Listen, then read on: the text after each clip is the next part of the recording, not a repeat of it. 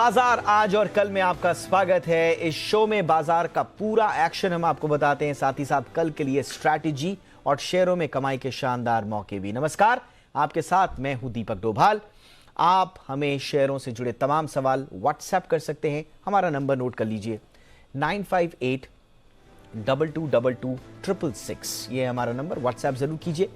इसके अलावा आप सोशल मीडिया प्लेटफॉर्म्स का भी इस्तेमाल कर सकते हैं। आप हमें फेसबुक पर @जी बिजनेस ऑनलाइन और ट्विटर पर @जी बिजनेस, ये हमारा हैंडल है। इस पर अपने सवाल भेज सकते हैं। और हाँ, हैशटैग करना मत भूलिएगा, हैशटैग बाजार आज और कल।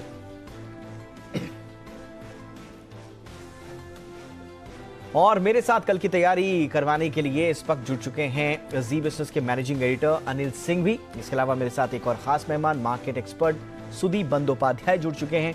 इनके अलावा जी बिजनेस रिसर्च से मेरे सहयोगी वरुण दुबे मेरे साथ हैं, जो बताएंगे कल के ट्रिगर्स जो बाजार पर असर डाल सकते हैं। लेकिन सबसे पहले देख लेते हैं आज बाजार में कारोबार किस तरह का रहा ओवरऑल। तो कारोबारी हफ्ते के पहले दिन बाजार में बिकवाली हावी होती दिखाई दी। निवेशकों के करीब 6,65,000 करोड़ रुपए गिरावट में स्वाहा हो गए। सेंसेक्स 1,456 अंक गिरा, बड़ी टूट थी। 52,846 के लेवल पर बंद हुआ। निफ्टी 427 अंक टूटकर 15,774 के लेवल पर बंद हुआ। बैंक निफ्टी की बात करें तो 1,000 से ज्यादा अंक लुढ़ककर बैंक निफ्टी 33,400 के पार बंद हुआ।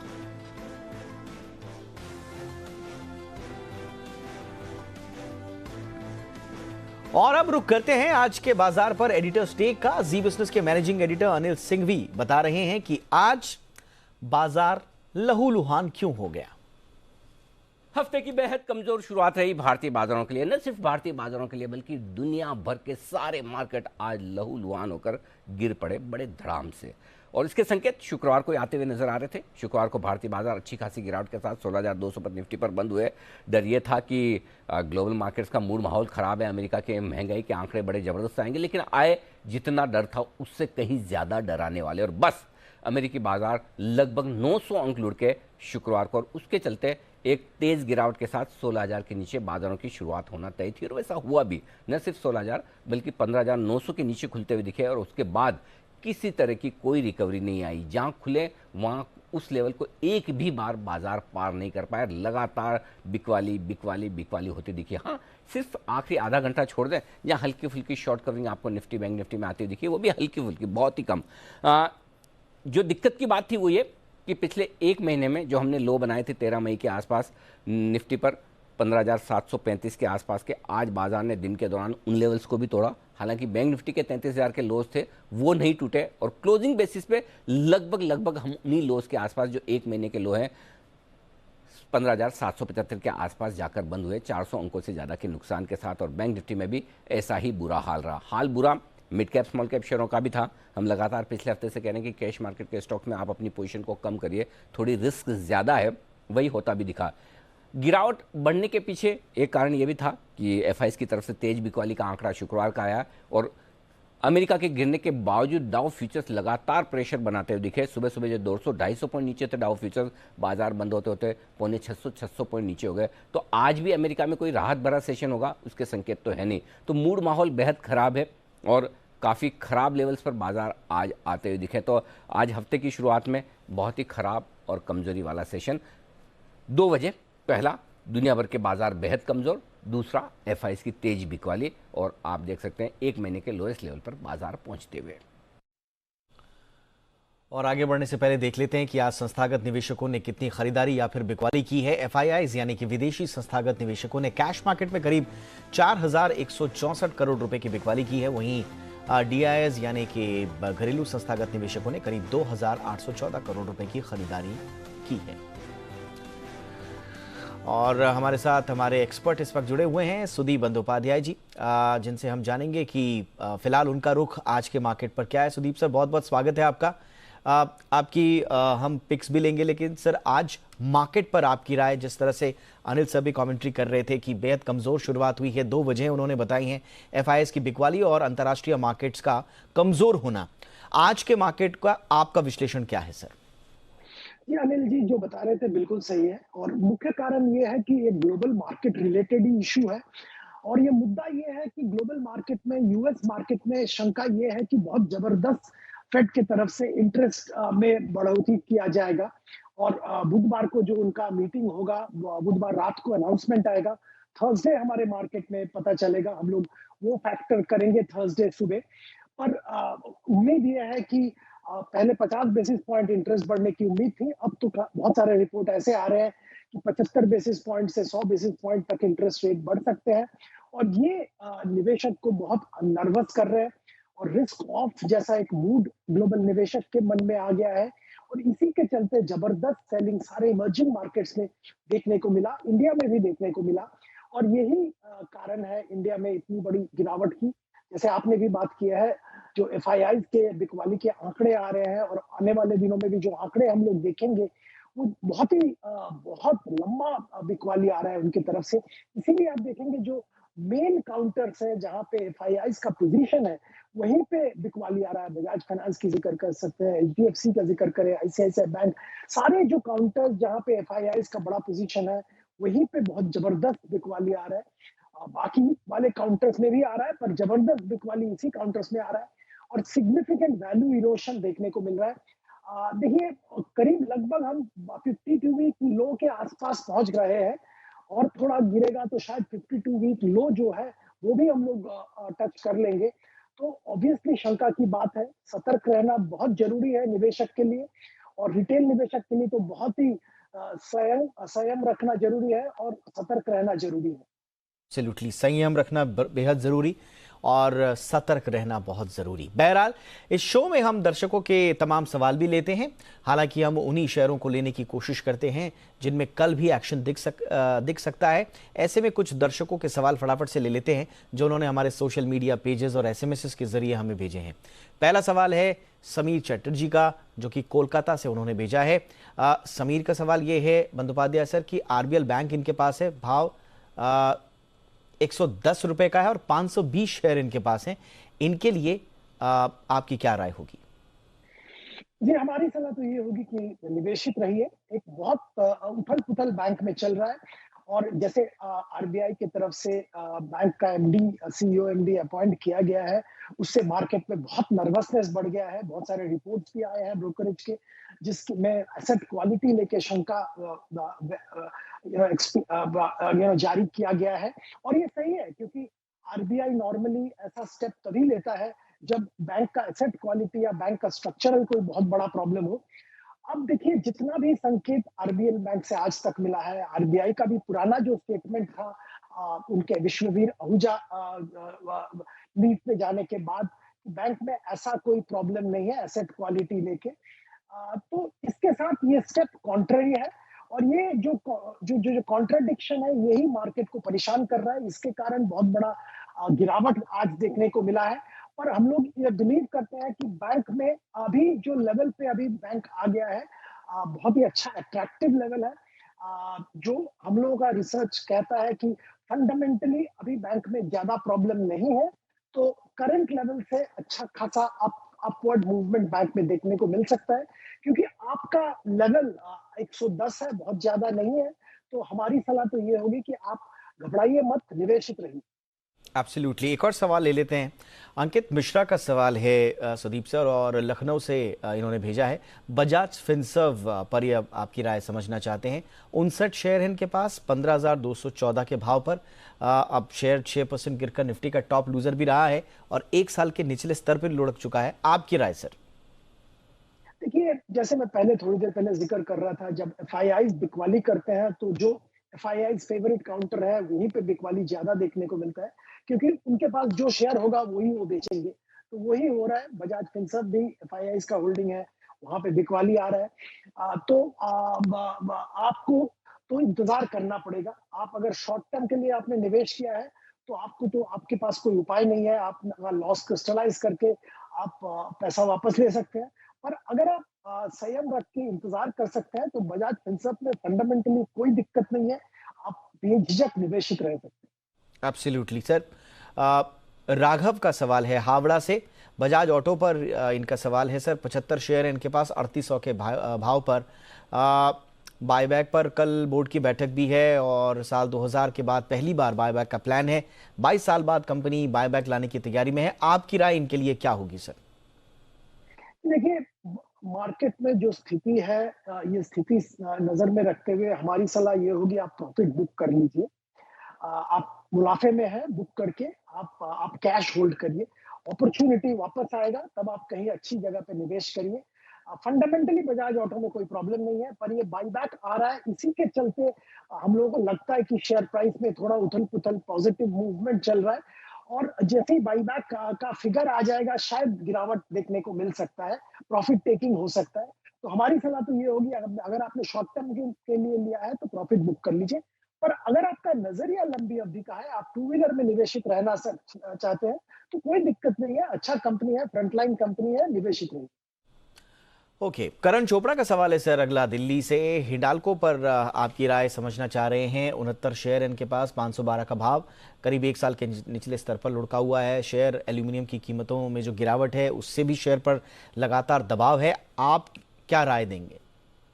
जी देखिए, मेटल शेयर में दबाव बिल्कुल बना हुआ है। और इसमें एफआईआई सेलिंग के अलावा भी जो चाइना में जो भयंकर लॉकडाउन और जो इकोनॉमिक एक्टिविटी कुछ हद तक बंद होके पड़ा है, इसके कारण मेटल्स का डिमांड ग्लोबली कम हो रहा है और इसके चलते सारे प्राइसेस डिप्रेस्ड है। और ये स्थिति कुछ देर तक ऐसा ही रहेगा। तो शॉर्ट टर्म का नजरिया आपका है तो आप लॉस बुक करके एग्जिट कर लीजिए, यही हमारी सलाह होगी। जसनीत सिंह का सवाल है सर, जालंधर से इनका सवाल है। इक्विटा स्मॉल फाइनेंस बैंक, 2000 शेयर इनके पास, 42 के भाव पर इन्होंने खरीदारी की थी। इनके लिए आप क्या सलाह देंगे? देखिए, जैसे मैं थोड़ी देर पहले जिक्र कर रहा था, बैंकिंग एंड फाइनेंशियल सर्विसेज में ओवरऑल हम लोगों का व्यू पॉजिटिव है। अब इंटरेस्ट रेट इंडियन इकोनॉमी में बढ़ रहा है और इंटरेस्ट रेट जब बढ़ता है तो स्ट्रॉन्ग बैलेंस शीट वाले बैंक्स और एनबीएफसी अच्छा परफॉर्म करेंगे। तो कोई दिक्कत फंडामेंटली नहीं है और आपका लॉस भी बहुत ज्यादा नहीं है। आपने आसपास भाव में ही लिया है, तो अगर आप इंतजार कर सकते हैं तो इंतजार करिए। ये जो मार्केट बेहद चल रहा है, इसके अंदर लॉस बुक करके एग्जिट लेने का कोई मतलब नहीं होगा। अच्छा स्मॉल बैंक है तो यहाँ पे निवेशित रहिए। अजीत मौर्य का सवाल ले लेते हैं सर। जौनपुर से इन्होंने भेजा है सवाल। Union bank of India, 438 share है इनके, भाव है 48 रुपए का। बात भी हो रही थी हमारी बैंक शेयरों में चौतरफा गिरावट से सीमेंट जो सेंटीमेंट है वो कमजोर है। तो यूनियन बैंक ऑफ इंडिया पर आप अजीत को क्या सलाह देंगे? देखिए, यहाँ पे भी मैं अभी जैसे इक्विटास बैंक के बारे में बात कर रहा था, बीएफएसआई में व्यू पॉजिटिव है। यूनियन बैंक आपका जो प्राइस है, बहुत ज्यादा प्राइस में आपने नहीं लिया, तो आप अगर थोड़ी देर इंतजार कर सकते हैं तो इस माहौल में आप एग्जिट मत लीजिए, आप निवेशित रहिए। फंडामेंटली कोई प्रॉब्लम नहीं है। ये जो भयंकर बिकवाली चल रहा है, इसी के चलते प्राइस में गिरावट देखने को मिला है, तो निवेशित रहिए। जरा आईटी शेयरों पर भी राय ले लेते हैं और उसमें से एक शेयर है इन्फोसिस। राजेश अरोड़ा का सवाल है, जयपुर से भेजा है इन्होंने। 100 शेयर है इनके पास, 1500 के भाव से। इन्फोसिस पर आपकी क्या राय रहेगी सर? देखिए, ओवरऑल आईटी क्षेत्र में हमारा व्यू पॉजिटिव है और आईटी के जो दिग्गज कंपनी है वहीं पे हम लोग निवेश करने की सलाह दे रहे थे और अभी भी देंगे। क्योंकि देखिए, यूएस में शायद एक रिसेशन जैसा माहौल बन रहा है, ऐसा सुनने को आ रहा है, ऐसा रिपोर्ट्स निकल रहे हैं। और अगर ऐसा होता है तो शायद कॉर्पोरेट स्पेंडिंग ऑन टेक्नोलॉजी कम हो सकता है और इसका असर छोटे मझोले आईटी कंपनीज को ज्यादा होगा। जो दिग्गज आईटी कंपनीज है उनके ऊपर असर कम होगा, क्योंकि इन्फोसिस दिग्गज आईटी कंपनी है और इनका बहुत सारे क्षेत्र में अच्छा पकड़ है।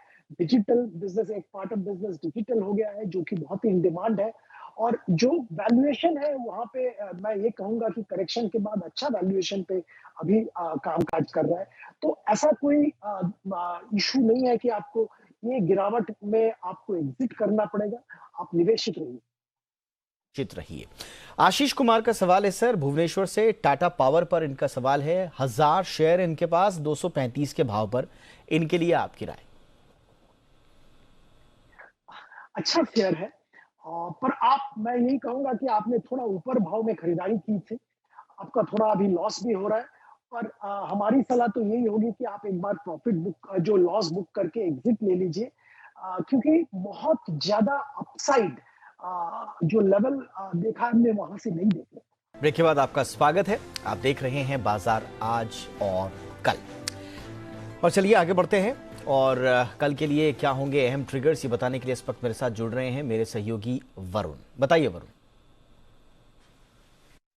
देखिए, ट्रिगर्स के लिहाज से तो काफ़ी सारी चीज़ें हैं जहां पे आपकी नज़र होनी चाहिए।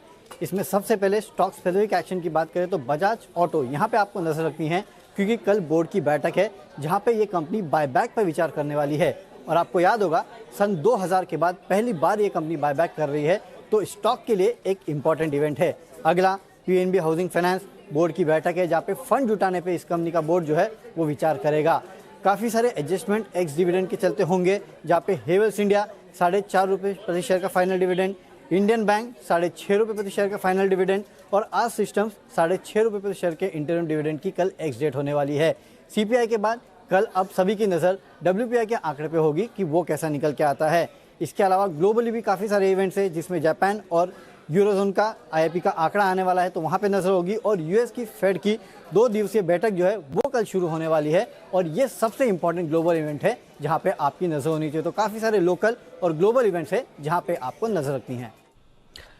और अब देखते हैं जी बिजनेस के मैनेजिंग एडिटर अनिल सिंघवी कल के लिए बाजार पर क्या स्ट्रैटेजी बनाने की सलाह दे रहे हैं।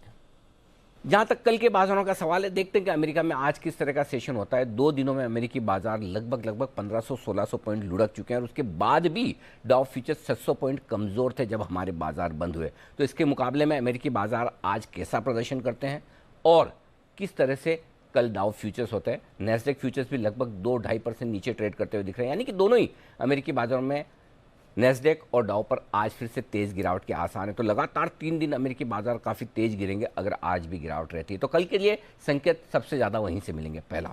दूसरा संकेत होगा एफआईएस की बिकवाली का, जो आज भी आपको जबरदस्त दिखेगी। तीसरा संकेत होगा वायदा कारोबार के आंकड़ों का। इसमें कोई डाउट नहीं कि एफआईएस की बिकवाली के आंकड़े आने के बाद आज जो कुछ भी होगा, कल एफआईएस भी आपको इंडेक्स लेवल पर ओवरसोल्ड लगेंगे, वायदा कारोबार के डेटा भी ओवरसोल्ड लगेंगे। तो अगर ऐसे में ग्लोबल मार्केट्स में कमजोरी कम हुई या हल्की भी रिकवरी के संकेत आए तो हमारे बाजार उछल भी सकते हैं। उछल कर कहां तक जा सकते हैं? 16,000, 16,200, बस इसके ऊपर की जगह अभी नजर नहीं आ रही। और फर्ज करें आज के लोज जो है 15,575 के आसपास के, वो अगर हम तोड़ते हैं तो सीधा 15,550 और उसके बाद 15,200 के आसपास तक की जगह खुलती हुई दिख सकती है बाजार में, ये साफ नजर आ रहा है। अब आइए बैंक निफ्टी। बैंक निफ्टी के लिए आखिरी उम्मीद है 33,000। 33,000 के नीचे गए तो 32,000, 32,200 तक का रास्ता खुलता है बैंक निफ्टी के लिए। और अगर ये लेवल हमने होल्ड कर दिए तो आप 34,000 के आसपास पहुंचेंगे और वहां पर आपको प्रॉफिट बुकिंग और बिकवाली आती नजर आएगी। तो ढेर सारी खबरें हैं, ढेर सारा एक्शन ग्लोबल मार्केट्स का है, हमारे आंकड़ों का है, डेटा का है। इनके दम पर काफ़ी वोलेटाइल मार्केट हो सकते हैं। एक चीज़ साफ है, उछाल में बिकवाली और हल्का होने की राय तो है ही, लेकिन देखते हैं कल का सेशन मेक और ब्रेक वाला होगा। अगर बड़ी गिरावट, फ्रेश कमजोरी के लिए तैयार होना है तो बाजारों को कल गिरना है, और अगर रिकवर करना है तो इससे बढ़िया जगह और इससे बढ़िया हल्की पोजीशन आपको मिलेगी नहीं। तो लेट्स सी कल मेक और ब्रेक वाला सेशन आपके लिए बनेगा। ओके, और अब वक्त है वायदा बाजार में ऑप्शन की किस रणनीति से कल आपको कमाई के मौके मिलेंगे ये बताने का।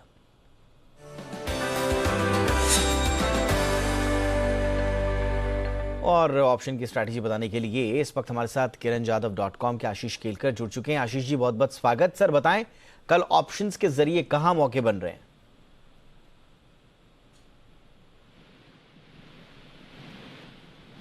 आशीष जी, मेरी आवाज सुन पा रहे हैं?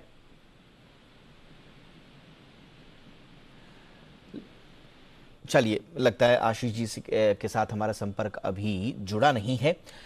सुदीप सर हमारे साथ जुड़े हुए हैं। सुदीप सर, एक लॉन्ग टर्म पिक अगर आप बता पाएं हमारे दर्शकों के लिए। ये इस माहौल में लॉन्ग टर्म कुछ बताना भी मुश्किल है, पर मैं बहुत सेफ दो निवेश रिटेल निवेशक के लिए बताना चाहूंगा। एक एफएमसीजी क्षेत्र के दिग्गज कंपनी हिंदुस्तान यूनिलीवर सबसे बड़ा एफएमसीजी कंपनी है और परफॉर्मेंस भी सबसे बेहतर है। और देखिए यहाँ पे खास बात ये है कि जो इतने प्रेशर, इतने दबाव के बावजूद ये मार्केट शेयर गेन कर रहे हैं कंटिन्यूअसली। पिछले 2 साल भी मार्केट शेयर गेन किया है, जो कि निजी में एक बहुत बड़ी बात है। इतना बड़ा, सबसे बड़ा कंपनी होने के बावजूद कंटिन्यूअसली मार्केट शेयर गेन करना। और जो पहले इनके पास करीबन 12 से 13 बिग ब्रांड होते थे, अभी 16 लीडिंग ब्रांड्स हो गए जिनके 10 बिलियन रुपी प्लस जिनके टर्नओवर है। और ये सारे में ग्रोथ देखने को मिल रहा है। खास बात यह है कि जीएसके का जो न्यूट्रिशन वाला पोर्टफोलियो इन्होंने एक्वायर किया, वो उनका डिस्ट्रीब्यूशन और उनका सप्लाई सब अभी इनके मेन चैनल के साथ मर्ज हो रहा है और इसका बहुत बड़ा असर आने वाले दिनों में मिलेगा।